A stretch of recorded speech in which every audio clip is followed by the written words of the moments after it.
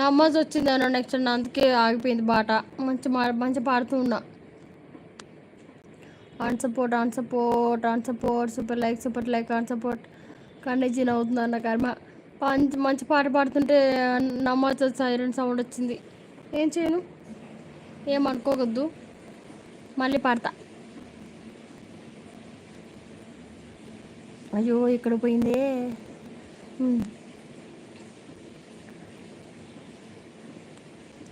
అంత పారిపోతున్నారు కదా, వద్దు పాడను. డైలాగ్ చెప్తా. రే కొన్ని కోసేవాడ ఏదది, ఒరే కొన్ని కోసేవాడికి కోపం ఉండదు, నేనంతే బాధ్యతగా నరుకుతా, మళ్ళీ పుట్టడానికి భయపడేలా చంపేతా. కానీ ఇది సమయం కాదు, స్థలం కాదు. పెళ్ళికి వచ్చారు, భోంచేసి వెళ్ళండి. ఏమో నాకు రావట్లేదు. ఇదేం డైలాగ్ అన్నా, ఒక ముక్క అర్థం రావట్లేదు నాకు. మళ్ళీ ట్రై చేస్తాను.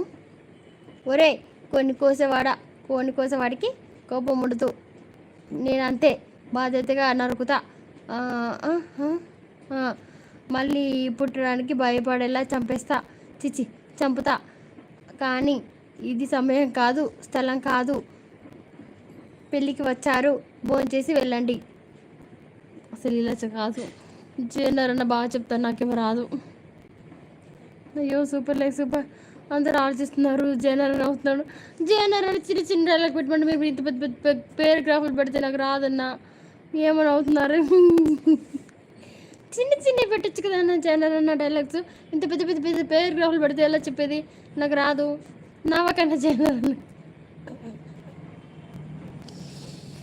చిన్న డైలాగ్ చెప్పన్నా.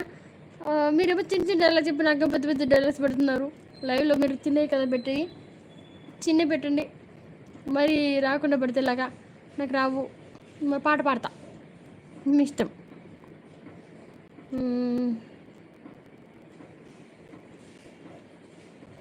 ఏ పాట పాడను? చేయండి, మీకు పాటలు బాగా వచ్చు కదా, ఒక పాట పెట్టచ్చు కదా, మీకు కూడా వచ్చారాదా?